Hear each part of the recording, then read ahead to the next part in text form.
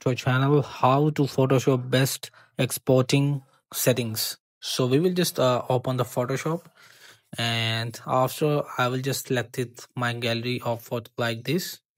So we will just have to, when you just have to download it, basically the export option right over here in this download icon.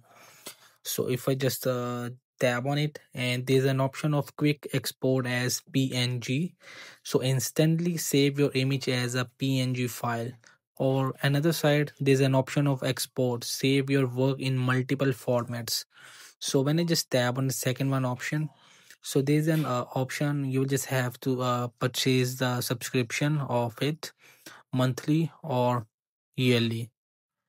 So in this, after a subscription, you will be able to see advanced export, generative fill and remove tool, and Photoshop on web, and generative expand, object select, advanced blend mode, and magic wand, and there are much more for editing in multiple ways to export.